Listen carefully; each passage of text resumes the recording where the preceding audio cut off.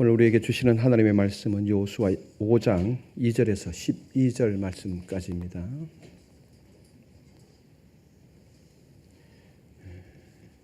교독하시겠습니다. 그때 여호와께서 여호수아에게 이르시되 너는 부싯돌로 칼을 만들어 이스라엘 자손들에게 다시 할례를 행하라 하시매 돌로 칼을 만들어 할례산에서 이스라엘 자손들에게 할례를 행하니라.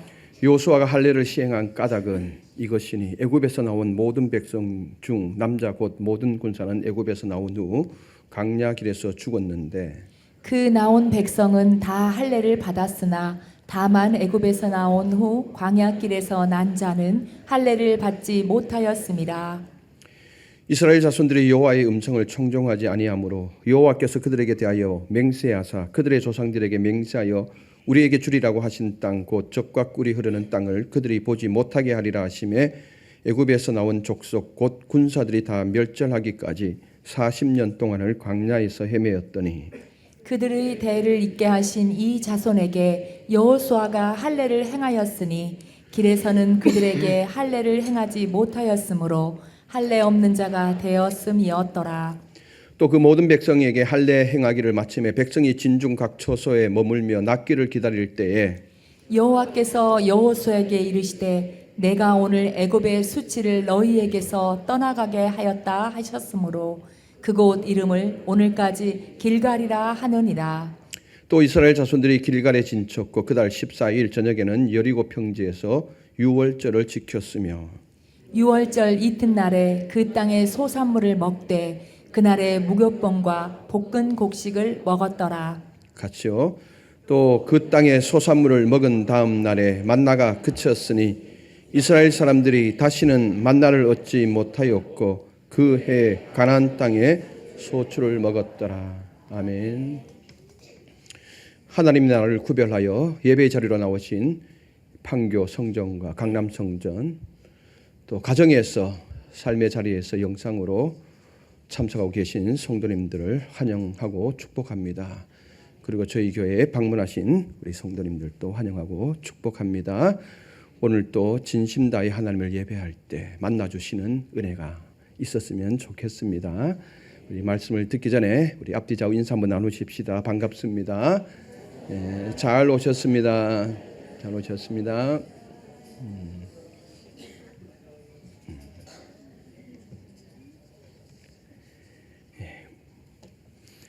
속담에 물이 들어왔을 때 노를 저어라. 기회가 왔을 때 몰아 붙이라는 말입니다. 타이밍이 중요하죠. 우리가 인생을 살다 보면 지금이 바로 그때다 싶은 순간이 있습니다. 오늘 우리가 읽은 이 본문의 이스라엘 백성이 딱 그 상황이었습니다. 그들은 도저히 건널 수 없는 요단강을 하나님의 은혜로 기적적으로 건넜습니다. 가나안 왕들은 이 기적적으로 건넌 이스라엘 백성들 가운데 하나님의 임재를 보며 기세가 눌려서 호흡마저 멎을 정도로 정신을 잃었다라고 성경은 우리가 지난주에 우리가 보았습니다.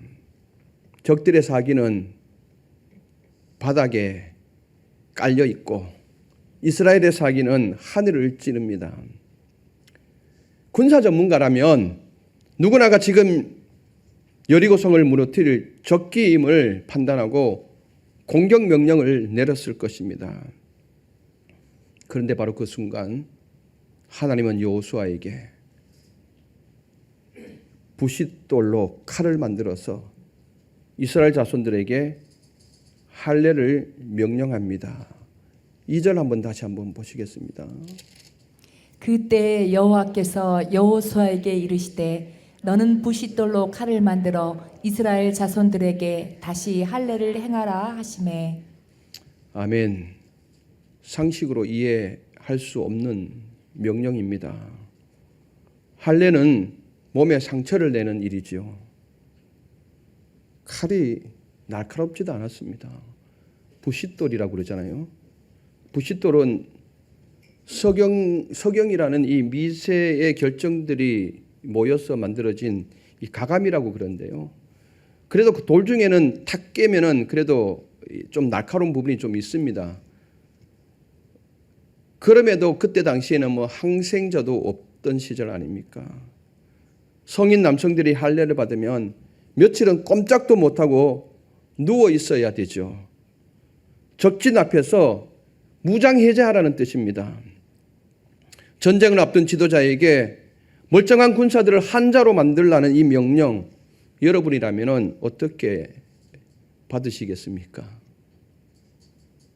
오늘 우리는 이 역설적인 명령 속에 담긴 하나님의 기쁘신 뜻을 살펴서 우리 인생의 여리고를 무너뜨리기 전 우리가 반드시 먼저 세워야 할 언약에 대해서 나누고자 합니다. 첫째, 세속의 수치를 베고 거룩을 회복해야 합니다. 하나님은 여리고성을 무너뜨리기 전에 우리 안에 육신을 신뢰하는 마음을 먼저 무너뜨리기를 원하셨습니다. 본문 4절에서 6절은 왜 이 시점에 대규모 할례가 필요했는지를 그 뼈아픈 역사를 기록하고 있습니다. 6절도 다시 한번 보시겠습니다. 이스라엘 자손들이 여호와의 음성을 청종하지 아니하므로 여호와께서 그들에게 대하여 맹세하사 그들의 조상들에게 맹세하여 우리에게 주리라고 하신 땅 곧 젖과 꿀이 흐르는 땅을 그들이 보지 못하게 하리라 하심에 애굽에서 나온 족속 곧 군사들이 다 멸절하기까지 40년 동안을 광야에서 헤매었더니. 아멘. 애굽에서 나온 1세대 부모 세대들은 모두 하나님의 언약의 표시인 할례를 받은 자들입니다. 그러나 오늘 성경은 그들이 하나님의 음성을 청종하지 않았기 때문에 광야에서 다 죽었다라고 기록하고 있습니다. 성경 본문이 왜 이걸 이렇게 전하고 있을까요? 광야 40년 동안 충분히 자녀 세대들에게 할례를 행할 수도 있었습니다. 그럼에도 불구하고 불순종한 백성들을 향하여서 암묵적인 것으로 하나님께서 심판을 하신 것이죠. 부모 세대들은 하나님의 언약의 백성임을 드러내는 할례를 분명하게 받았고 언약의 표시가 있었지만은 그들의 불순종과 교만으로 40년 광야를 지나는 동안 그 광야 생활 속에서 다 죽게 되었던 것입니다. 종교적 표식이 몸에 있다 하여서 자동적으로 구원이 아님을 우리는 기억해야 합니다. 성경은 신구약 통틀어서 다 이것을 우리에게 말씀하고 있습니다. 즉 우리가 세례를 받고 주일날 예배를 드린다고 하여서 자동 구원은 아님을 우리에게 명시하고 있습니다. 세례도 중요하고 예배도 중요합니다. 이 모든 모습을 포함하여 하나님의 말씀에 순종하며 앞으로 나아갈 때 영적 가난이 우리에게 주어진다는 사실을 기억했으면 좋겠습니다. 반면 지금 길갈에 도착한 자녀 세대, 2세대, 이 자녀 세대는 광야에서 태어나 할례를 받지 못한 무자격자들이었습니다. 율법의 기준으로 보면 그들은 언약의 표징이 없는 그런 자들이었습니다. 그럼에도 그들은 하나님의 명령에 순종하여 요단강을 건넜습니다. 그리고 길갈이라는 넓은 광활한 평지에서 은폐할 것이 하나도 없는 그 평지에서 하나님이 이 백성들을 향하여서 할례를 명령하십니다. 그 명령이 떨어지자마자 즉시 그들은 순종을 하게 됩니다. 3절 한번 읽어보시겠습니다. 여호수아가 부싯돌로 칼을 만들어 할례산에서 이스라엘 자손들에게 할례를 행하니라. 아멘. 개역개정판 우리 한글에는 이 성경에는 드러나지 않지만은 원문 성경을 보면은 이 행동이 연속적으로 일어났음을 즉시 일어났음을 알리는 동사 하나가 사용되고 있습니다. 제가 말하는 와우 동사라고 그런 거죠. 이 와우 동사가 쓰였을 때는 하나님의 명령이 떨어지자마자 즉시 행동했다라는 뜻을 포함시킵니다. 하나님의 명령이 떨어지자마자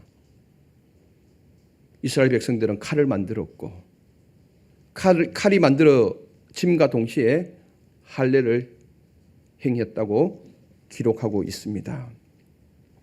이 상황에 대해서 어떤 변명도 하지 않았습니다. 어쩌면 40년 전 부모 세대가 가데스 바나야에서 정탐을 하고 돌아왔을 때 보고를 하지 않습니까? 12명 중에 대다수가 도저히 그 땅을 올라갈 수가 없다. 우리의 힘으로는 역부족이다. 그들이 보고한 그 상황보다 지금 이 자녀 세대들이 있는 지금 현 시점이 훨씬 더 위험한 상황입니다. 그럼에도 자녀 세대들은 하나님 적들이 쳐들어오면은 어떡합니까? 라고 따지지도 않고 군사적 회의를 소집하지도 않았습니다. 그냥 하나님이 명령하셨기 때문에 즉각적으로 부싯돌을 깎아서 칼을 만들고 그 칼로 자신의 살점을 베어냈던 것이죠. 이는 살점이 잘려나간 영적 장례식장이었습니다. 내가 할 수 있는 것은 아무것도 없음을 몸에 새기는 치열한 신앙 고백이었습니다. 사랑하는 성도 여러분, 하나님이 오늘 우리에게 원하시는 것은 세상이라는 전쟁터로 나가기 전에 먼저 십자가 앞으로 나아가 내 힘과 내 경험 의지하려는 그 교만함을 베어내기를 원하십니다.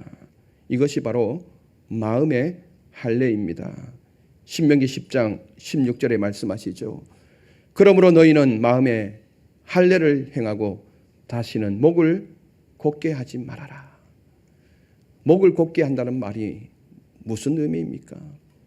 나는 하나님 없이도 살 수 있어. 내 힘으로도 충분해. 내가 이때까지 살아온 이 경험 가지고, 인생의 경험 가지고도 앞으로 모든 것을 할 수가 있어. 이것이 목을 곧게 하는 것입니다. 그러나 마음의 할례를 받은 자는 하나님, 내 방식대로 싸우지 않겠습니다. 내가 이때까지 싸운 삶의 경험을 가지고 살지 않겠습니다. 내가 의지했던 모든 것을 지금 무장해제하겠습니다. 그리고 오직 주님만 바라보겠습니다라고 고백하며 영적 전쟁 준비를 하는 것이 바로 마음의 할례를 받는 것입니다. 하나님의 명령에 순종한 장정들이 할례를 받고 며칠 동안 진영에 알아눕고 있죠. 성경은 그것을 그대로 보여주고 있죠. 8절도 한번 보실까요? 또 그 모든 백성에게 할례 행하기를 마침에 백성이 진중 각 처소에 머물며 낫기를 기다릴 때에. 아멘. 성서 해석학자들은 그때 당시 할례 받은 자의 수가 최소 10만 명 이상이었다. 많게는 3, 40만 명 정도도 능가했을 수도 있다 라고 보고 있습니다. 여러분, 전쟁에 임해야 할 장정이 아무것도 할 수 없는 죽음의 시간을 보내고 있는 것입니다. 이를 어느 주석가는 이러한 모습을 거룩한 취약성이라 불렀습니다. 거룩한 취약성. 믿음은 때로 우리가 아무것도 할 수 없는 가장 취약한 자리로 이끌어 가십니다. 왜요? 우리의 노력이 5%, 10% 들어갔다면 그 일이 이루어지고 난 다음에 그 5%, 10%를 가지고 자기가 했다라고 자랑하거든요. 그래서 하나님은 인간을 너무나 잘 아셨기 때문에 늘 하나님의 일이 이루어지기까지는 하나님은 우리를 취약성으로 이끄신다는 겁니다. 내가 쥐고 있던 모든 것을 내려놓고 가장 무기력하게 누워있는 그 시간, 그때 하나님은 역사하신다는 거죠. 그런데 중요한 것은 이런 취약한 상황임에도 대적들은 쳐들어오지 못했습니다. 그들이 이것을 몰랐을까요? 아닙니다. 우리가 여호수아 2장을 읽었지 않았습니까? 여호수아 2장에 보면은 여호수아가 자기 백성들도 모르게 정탐꾼을 여리고성으로 보내지 않습니까? 그런데 들어가자마자 그냥 그대로 촘촘한 정보망에 걸리게 되는 거죠. 그렇다면은 여리고의 정보망은 아주 촘촘하다는 겁니다. 이미 요단강을 건넌 이스라엘 백성들이 지금 어느 지점에 있고 그 지점에서 무엇을 하고 있는지 분명히 알았습니다. 지금 이 백성들이 지금 전쟁 준비를 하는 것이 아니라 살점을 배워내고 있는 거예요. 이게 보고가 들어간 거예요. 3절에 보니까 이 살점을 배워서 모아둔 것이 할례산을 이루었다고 그러지 않습니까? 큰 무더기가 되었다는 거예요. 그러면 엄청난 표시가 난 것 아닙니까? 그럼에도 불구하고 하나님이 이스라엘 백성들을 완벽하게 보호하시니까 적군들이 알고 있어도 쳐들어오지 못했던 것입니다. 내가 힘을 빼는 순간 그때부터 하나님이 일하십니다. 할렐루야. 그리고 마침내 9절에 하나님은 장엄하게 선언을 하시죠. 9절 같이 한번 읽어보십시다. 여호와께서 여호수아에게 이르시되 내가 오늘 애굽의 수치를 너희에게서 떠나가게 하였다 하셨으므로 그곳 이름을 오늘까지 길갈이라 하느니라. 아멘. 이스라엘 민족들에게 있어서는 애굽의 수치가 따라 붙었지요. 400년 동안 종살이를 하지 않았습니까? 여러분, 오늘 우리가 3.1절 기념일 아닙니까? 1919년 3월 1일 이 나라가 일제 강점기에서 독립을 원하여서 만세운동을 펼친 날이 아닙니까? 107년 전입니다. 우리는 그 시대를 겪지 않았지만은 여기 앉아 계시는 어르신들 중에서는 그 시대를 겪었거든요. 근데 그 일제 강점기 치하에 그 속국이라는 이 꼬리표가 지금까지도 따라붙고 있는 거 아닙니까?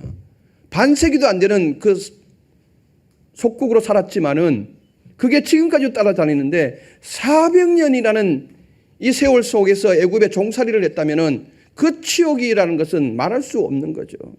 그리고 또 하나는 이스라엘 백성들이 하나님의 은혜로 출애굽을 했습니다. 광야로 나왔을 때 광야에 거쳐가는 많은 이방 족속들이 이스라엘 민족들을 이야기를 합니다. 그들을 향해서 조롱을 하죠. 야, 애굽에 무덤이 없어서 너희들을 이곳에 이끌고 나와서 이 광야에서 너희들을 죽이려고 너희 신은 그렇게 너희들을 이끌고 왔다라고 조롱을 하였던 것입니다. 이것이 수치였던 것이죠. 그러나 하나님은 할례의 고통을 통과한 백성들에게 이 수치를 영원히 굴려 떨어져 나가게 했습니다. 그래서 그곳 이름을 굴러가다라는 뜻의 길갈이라고 지었던 것입니다. 성경은 길갈에 대해서 각주를 달고 해석을 하고 있습니다. 수치가 산 비탈길에서 그 수치를 굴려 떨어뜨렸다는 것입니다. 영원히 떠나가게 했다는 것입니다. 여러분, 우리 안에도 지우고 싶은 애굽의 수치가 있지 않습니까? 끊어지지 않는 죄의 습관들, 상처들, 열등감이 있습니다. 이것은 내가 결심한다고 끊어지는 것이 아닙니다. 지워지는 것이 아닙니다. 내가 십자가 앞에서 나의 자아를 온전히 베어내는 철저한 순종을 드릴 때 예수 그리스도의 보혈이 우리의 모든 수치를 저 비탈길 아래로 영원히 굴러 버리실 줄 믿습니다. 십자가의 은혜로 나갈 때 우리의 수치가 벗어지게 되는 것입니다. 2026년도라는 여리고를 정복하기를 원하신다면 먼저 우리 안에 삶의 수치가 굴러가는 길갈의 은혜를 회복할 수 있기를 바랍니다. 둘째, 예배를 통한 공급의 언약을 세워야 합니다. 길갈에서 할례를 통해 언약의 백성의 정체성을 회복한 이스라엘은 아주 중요한 영적 절기를 지키게 됩니다. 10절 말씀 한번 보실까요? 또 이스라엘 자손들이 길갈에 진쳤고 그달 14일 저녁에는 여리고 평지에서 유월절을 지켰으며. 아멘. 유월절을 지켰다. 지금의 언어로 말하면은 할례를 받은 다음에 예배의 자리로 나아갔다는 것입니다. 할례를 왜 시행했을까요? 출애굽기 12장 48절에 보면은 유월절을 지키기 위해서는 모든 이스라엘 백성들과 이스라엘 백성 중에 거하는 종들과 또 타국인이라 할지라도 유월절을 지키기 위해서는 분명하게 할례를 해라. 그리고 난 다음에 유월절을 지킬 것을 명령하셨습니다. 이스라엘 백성들에게 할례를 행한 것은 바로 예배의 자리로 부르시기 위해서 행하셨다는 것입니다. 이 장면에 담긴 영적 긴장감을 생각해 보십시오. 이스라엘은 지금 가장 험악한 적진인 여리고성에 그 여리고성이 빤히 보이는 또 적군들이 잘 볼 수 있는 탁 트인 평지에서 무기를 내려놓고 유월절 어린 양의 고기를 구워 먹으며 예배의 축제를 벌이고 있는 것입니다. 위험천만한 일 아닙니까? 이것은 단순한 의식이 아닙니다. 40년 전 애굽에서 우리를 구원하신 하나님이 오늘 이 여리고성 앞에서도 우리와 함께 하신다는 것을 대적들 앞에서 선포하는 가장 도발적이고 담대한 예배였습니다. 이 담대함이 없었다면 예배를 드릴 수 없는 것이죠. 시편 23편의 고백처럼 하나님께서 원수의 목전에서 내게 식탁을 베풀어 주신 것과 똑같은 것입니다. 성도 여러분, 이런 인생의 위기 앞에서 우리가 무엇을 먼저 해야 하는지를 잘 가르쳐주고 있습니다. 우리가 문제를 해결하겠다고 이리저리 뛰어다니기 전에 먼저 내 힘의 근원을 잘라버리고 십자가의 은혜를 기억하는 예배의 자리로 나가는 것이 우선임을 말씀하고 있습니다. 고난의 한복판에서 구원의 기쁨을 노래하며 예배할 때 그 예배가 모든 두려움을 몰아내는 가장 강력한 능력이 될 것입니다. 이 은혜가 여러분들에게 있었으면 좋겠습니다. 이제 오늘 본문에 가장 감격스럽고도 중요한 대전환이 일어나고 있죠. 11절 12절 보시겠습니다. 유월절 이튿날에 그 땅의 소산물을 먹되 그날에 무교병과 볶은 곡식을 먹었더라. 또 그 땅의 소산물을 먹은 다음 날에 만나가 그쳤으니 이스라엘 사람들이 다시는 만나를 얻지 못하였고 그 해에 가나안 땅의 소출을 먹었더라. 아멘. 이스라엘 백성들이 가나안 땅의 첫 소산을 먹은 다음 날 정확하게 하나님은 광야 40년 동안 하루도 빠짐없이 내렸던 하늘에서 내렸던 만나가 완전히 그치도록 했습니다. 많은 성도들이 내 삶의 기적이 멈추는 것을 두려워합니다. 나를 먹여 살리던 특별한 은혜가 끊어지면 하나님이 이제 더 이상 나와 동행해 주지 않는 것 같구나 불안해합니다. 그러나 원문 성경을 보면 만나가 그쳤다라는 말은 안식했다라는 단어를 쓰고 있습니다. 하나님이 천지를 창조하시고 안식에 들어가시지 않습니까? 안식했다. 그 말과 같은 말입니다. 거룩한 임무를 완수하고 영광스럽게 안식에 들어갔다라는 뜻입니다. 이 말이 뜻하는 의미는 이제는 하늘만 쳐다봐야 살 수 있는 수동적인 어린아이의 신앙을 벗어나서 하나님이 주신 젖과 꿀이 흐르는 땅에서 너희들이 직접 씨를 뿌리고 땀을 흘려 거두는 능동적이고 장성한 신앙으로 도약할 때가 되었음을 알리는 신호입니다. 매일 눈앞에 기적이 보이지 않더라도 월요일부터 토요일까지 여러분 일터에서 가정에서 성실하게 땀 흘려 얻은 그 평범한 식탁이야말로 하나님께서 장성한 자녀들에게 주시는 가나안의 소출입니다. 오늘도 평범한 일상 속에서 땀방울을 통해 부어주시는 그 크신 하나님의 공급을 신뢰하시고 그 신뢰함으로 하나님을 찬양할 수 있기를 바랍니다. 말씀을 정리합니다. 가나안 정복 전쟁은 내 힘으로 싸우는 전투가 아닙니다. 이스라엘은 전쟁을 시작하기 전에 부싯돌이라는 돌칼로 내 육신의 힘을 빼는 할례를 행했습니다. 그런 다음에 어린 양의 피를 나누는 유월절 은혜의 예배를 드렸습니다. 하나님은 그 거룩한 무장해제의 자리에서 과거의 수치를 굴려버리시는 마음의 치유와 약속의 땅의 풍성한 소산을 먹이시는 은혜로 응답해 주셨습니다. 사랑하는 성도 여러분, 오늘 여러분 앞을 가로막고 있는 여리고성과 같은 문제 앞에서 절대 두려워하지 마십시오. 빨리 내가 먼저 뭔가를 해야 된다라는 라는 이 조급함도 버리시기를 바랍니다. 그리고 당장 칼을 빼들기 전에 그 칼로 십자가 은혜 앞으로 나아가 내 힘과 내 자아를 꺾으시기를 바랍니다. 문제를 원망하기 전에 먼저 구원의 은혜를 찬양하는 6월절 구속의 예배의 자리로 나아가십시오. 내 뜻대로 기적이 일어나지 않는다고 낙심하지 말고 공급해 주시는 하나님을 신뢰하며 오늘 내게 주어진 일상의 삶을 성실하게 경작할 수 있기를 바랍니다. 우리의 삶에 이 거룩한 언약이 바로 세워질 때 우리가 마주한 그 어떤 여리고 성도 주님의 임재 앞에서 흔적도 없이 무너져 내릴 줄 믿습니다. 이번 한 주간 은혜의 베이스 캠프인 길갈에서 새 힘을 얻어 승리하시는 모든 성도님 되시기를 예수 그리스도 이름으로 축원합니다. 기도드리겠습니다. 주님, 우리는 참으로 어리석게도 내 앞에 놓인 장벽을 바라보며 늘 불안해합니다. 내 손에 들린 무기가 초라해 보여서 세상의 스펙과 내 알량한 지혜로 이 위기를 돌파해 보려고 발버둥 쳤던 우리의 교만과 불신앙을 이 시간 십자가 아래 내려놓습니다. 이제 우리가 세상의 칼을 빼들기 전에 먼저 은혜의 자리 길갈로 나아가게 하옵소서. 돌칼로 살을 베어내듯 하나님보다 내 힘과 내 경험을 의지하려 했던 육신의 고집과 교만을 철저히 베어내게 하옵소서.